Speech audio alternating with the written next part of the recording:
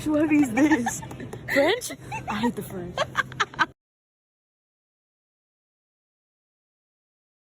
I'm alive. I'm dead. I'm watching TV. I'm looking at you. Fuck you. I'm dead again.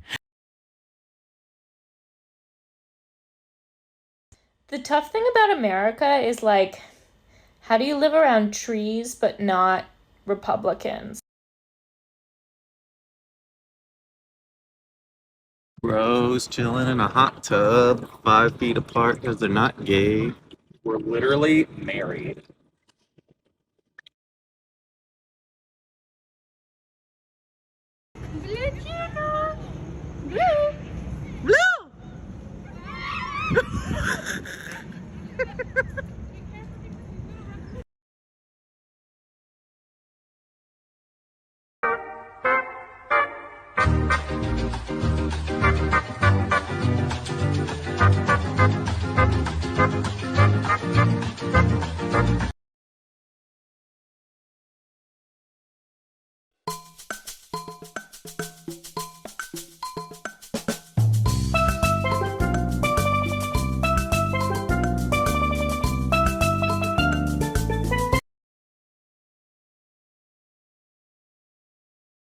You know, you were a truly odd specimen, but there's your responses. This one says, she's just one of the guys, you know. She likes beer, football, and blank. Which one are you thinking? No? Objectifying, of course. If you don't have titties, I'm not wasting my time arguing with you. After receiving several complaints from many beautiful itty-bitty titty women, I would like to say that's not what I meant. I'm really sorry. I meant men.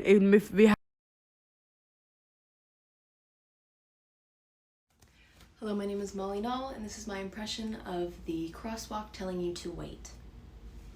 Wait. Wait. Wait. Wait. Wait.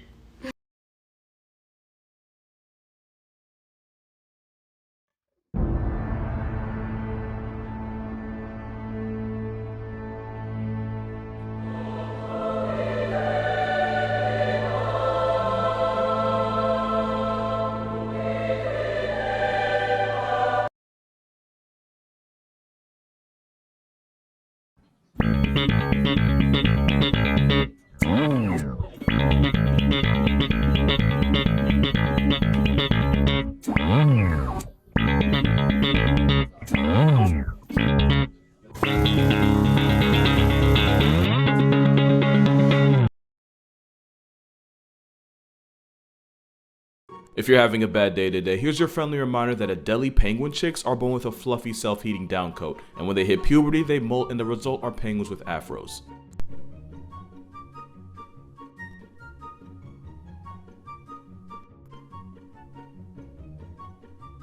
I hope you enjoyed this as much as I did. Rosie, what do you have? Where did you get a sub sandwich from that's still in the wrapper that I didn't make?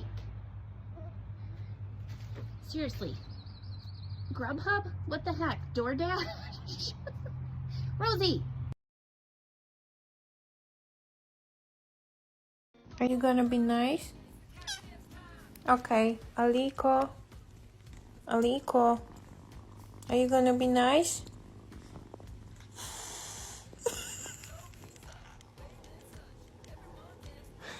Aliko.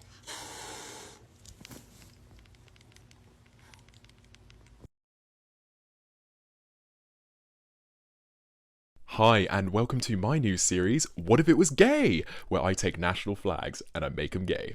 Today we're starting off with Uruguay. Well, now you're a gay. And then we've got Norway. Congrats to Norway for coming out as trans, we all support you. And lastly, we've got Papua New Guinea. What if it was gay? Everyone say hi to bisexual Papua New Guinea. We love to see it.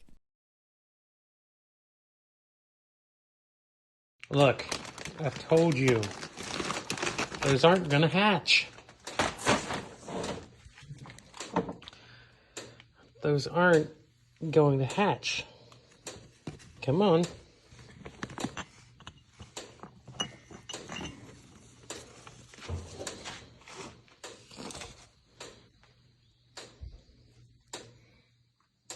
Those aren't eggs.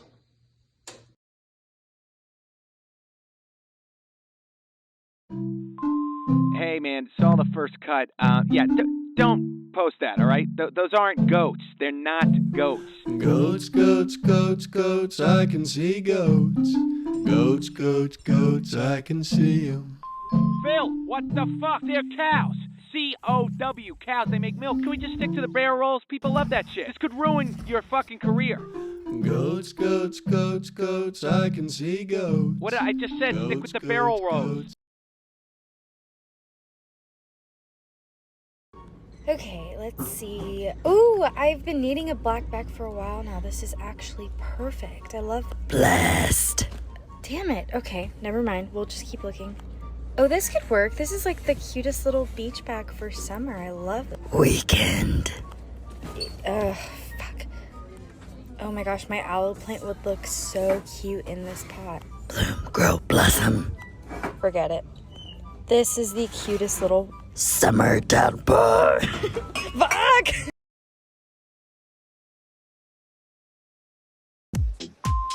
Where are you? The client is here. If I find out that you're fishing again, you're gonna lose this job. I don't have a job, I just quit. And I don't fish, I get shit-faced. Just in case I see a guy and I'm in the mood for a quick race. Like, do you wanna race? I'm drunk. What? Wanna fucking race? I'm drunk. You shouldn't swim while intoxicated. I'ma toss a rock and watch, you'll hate it. I'm so sorry. I need this job so bad. I think I must be going through like a quarter-life crisis or something.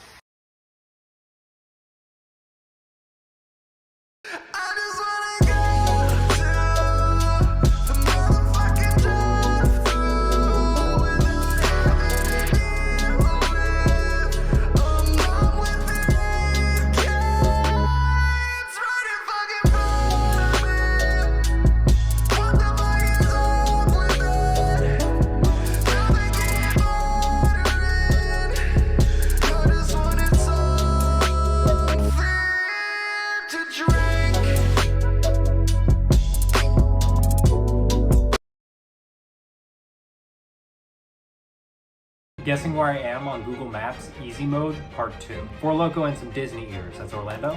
Yep, nice white family of 16, Utah. Painting of a cow skull and a tumbleweed. How much is that painting? $50,000, Santa Fe. This is a layover, Dallas. Guy with so many buttons on his jacket, Portland. A couple wearing fingerless gloves and Patagonia vests, Colorado. Retirement home riddled with STDs, that's Naples, Florida. Yep, an effusively kind person with a core temperature of 38 degrees, Minnesota. Yep, 85-year-old Civil War reenactor, Pennsylvania. Yep, man whose shirt is covered in sauce, kicking another man who's also covered in sauce, Philadelphia. Easy, easy on that one. Hey, what's up? I'm Emily. This is my impression of straight women when they see my armpit hair for the first time. Yes, right? I love that movie.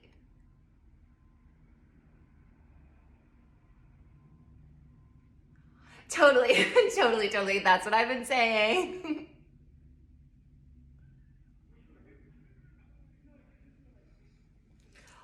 Oh, right. Yeah, no. I loved that part. That part was so funny. Why does it look like that? Italians are my favorite people to offend. Let's offend Italians. Out of all the products, I reach my hand to this pizza crust. Italian food always reminds me of my grandma, since there's so many similarities between both cuisines. See what I'm gonna do with it. Chinese bun. No sh**.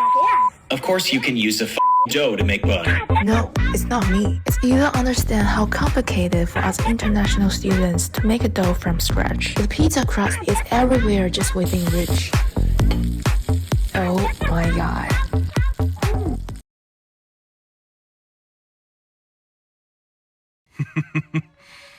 Oh, you naive fool. You've fallen right into my trap.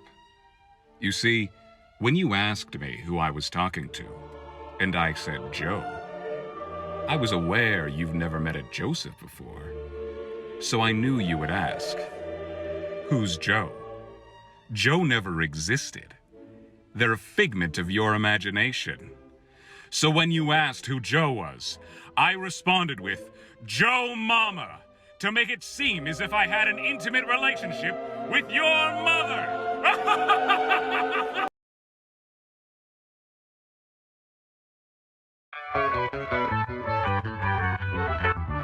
PQ.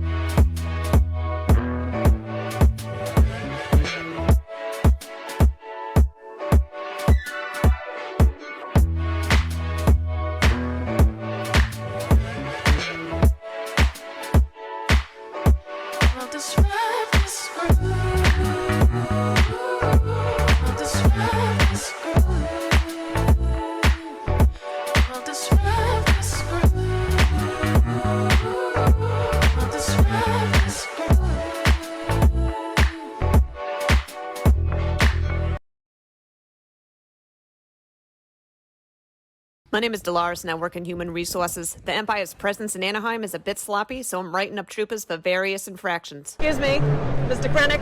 I'm with human resources. You've been cited for choking on aspirations. Excuse me, I'm with human resources. You're not at your post. I am not. So I had to write you up. Committed a helmet violation. Oh. Uh-oh. I'm sorry. Excuse me, I'm with human resources. You ate Vader's leftovers. Trooper. Excuse me. Excuse me. I'm with Human Resources. You missed the target. Overall, it was a very productive day, but unfortunately, there's a lot of work left to do. I am Poseidon, god of the seas. For what do you summon me? Yeah, sorry to bother you. I just wondered if you could heat up my cup of tea. Do you know who I am? Yeah, you're the god of water. God of seas and oceans. Yeah, well, I don't do tea. Yeah, but water's water, isn't it? No. I mean, it's all part of the cycle, so surely it's in your jurisdiction. Not when it's in a mug. Well, where do you draw the line? It has to be like a large body of water. So if I dipped my mug in the sea and then... Oh, you're just winding me up now. I'd just like to know the distinction. Leave me alone. Jeez. Zeus! Thank you.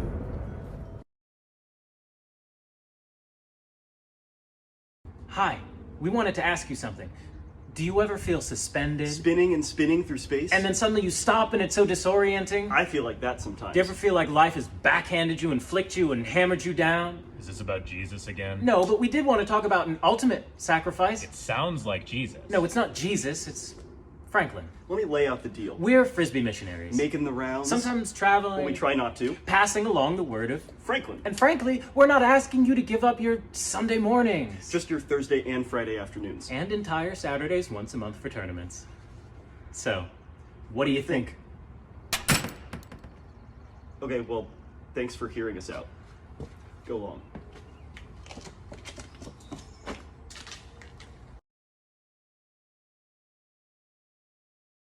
What I don't know about cranes is how they get to the job sites and how they get removed.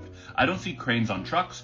You've totally seen cranes driving around. They look like this. That's a crane driving around. Look at this bad boy. What you don't see driving around are tower cranes, which are built by mobile cranes. So there's all these little segments are individual pieces, and a mobile crane will stack them up, and then the mobile crane will drive away so that the tower crane can do its job, and then it will come and it will take it apart. So cranes build cranes. The cranes are constructed by other cranes. There is an exception to this when they need to be very, very tall, and it's freaking wild because the crane builds itself. It hauls up sections of itself, and then it jacks itself on top of itself, and then it slides the section in, and they bolt it on, and then it continues to climb itself. I don't know about you, but I am glad I don't have that job.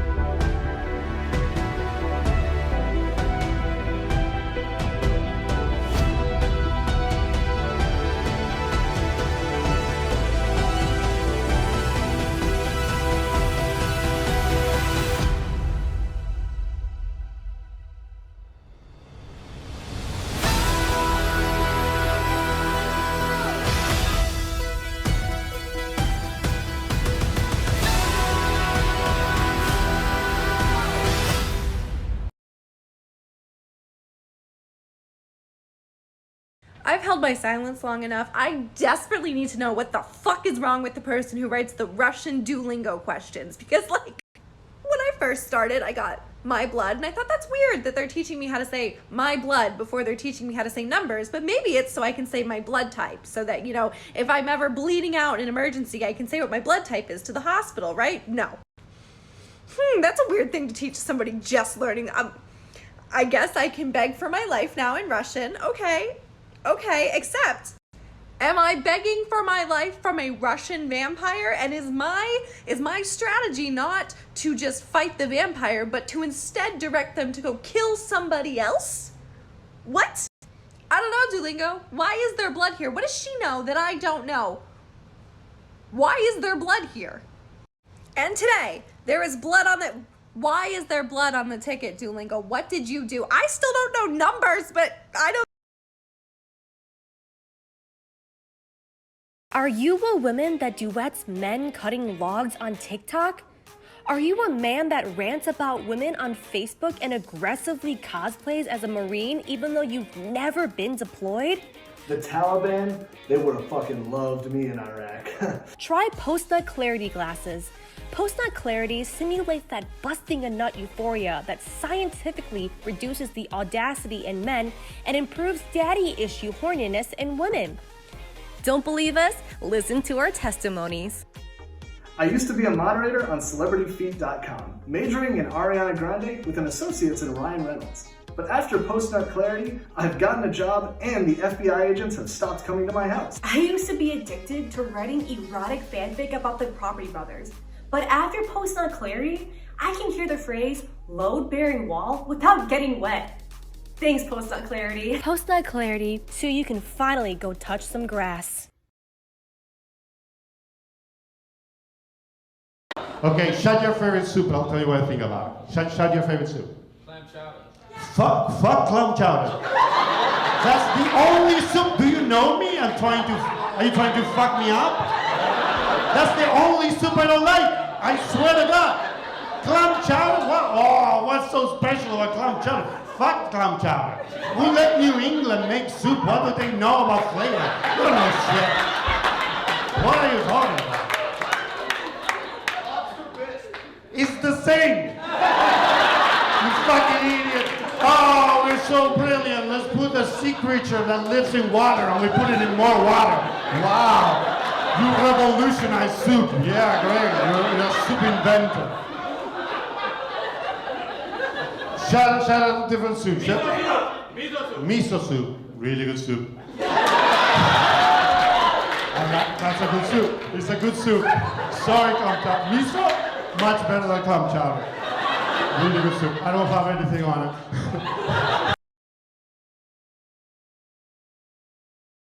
What is sidechain compression? Have you ever been listening to a song and noticed that whenever the kick drum is hit, the rest of the instruments seem to go down with it? For example, in songs like Titanium by David Guetta,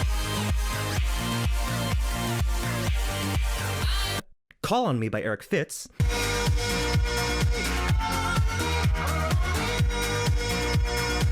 and One More Time by Daft Punk.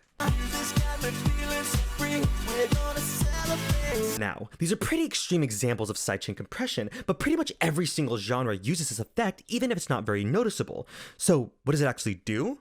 Well, think of it as a compressor that doesn't actually activate until a certain amount of loudness goes off. So for example, let's say you have a kick drum, a guitar, and a bass, and you sidechain the kick to both those instruments. Now whenever you hit the kick, the volume of both those instruments will go down for the same amount of time the kick drum is going off for. And this gives the illusion of the kick drum being louder than it actually is. And when used in heavy amounts, will give your song a pulsating effect. But when used in small amounts, will declutter your song without actually killing any of the energy. So there you go. Now that you actually know what these effects are, you never have to ask yourself. Years. A lot of people ask the question, it's like, how'd you know the fish were there? I've dug this for so many years now that I know this exact layer they pop off on. And this wants to pop off just like that. Exposing these fish just like so.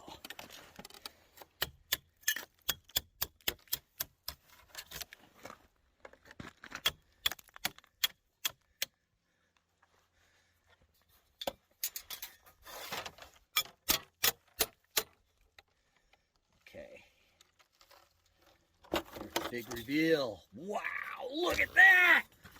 Oh my gosh, that's freaking awesome. And also there's a swim trail going all the way through it. I'm gonna lay that down over there. Yeah, this is a really cool plate. Man, I'm excited about this! Digging season 2022.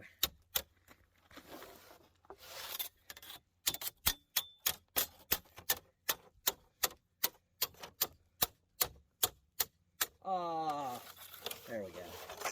What's come apart over here, so I'm gonna split that off. And oh my gosh, more fish everywhere. Check that out.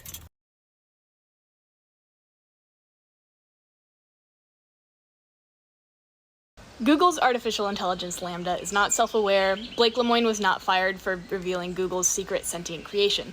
But I still think the story is fascinating, and I'm going to explain why by talking about someone else who was also fired from Google for her work on artificial intelligence, but didn't really get as much media attention.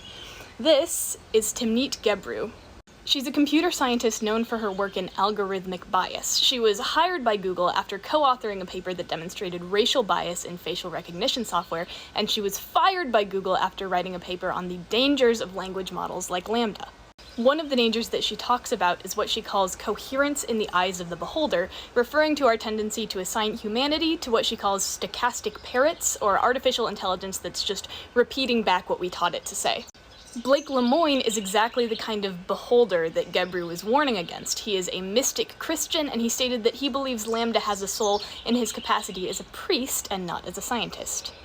Personally, and this is my bias, I'm hoping that this big media kerfuffle over Lemoine's firing will bring more attention to Gebru's work, because while this pop culture concern with AI is that it'll someday grow sentience and kill all of us, Gebru brings up a lot of issues about AI that are already happening.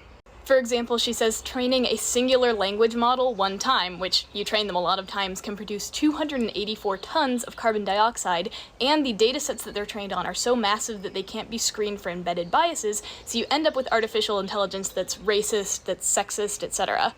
So while the idea of sentient artificial intelligence is scary, that's still pretty far in the future, and we need to be concerned with the bad things that are happening with artificial intelligence now.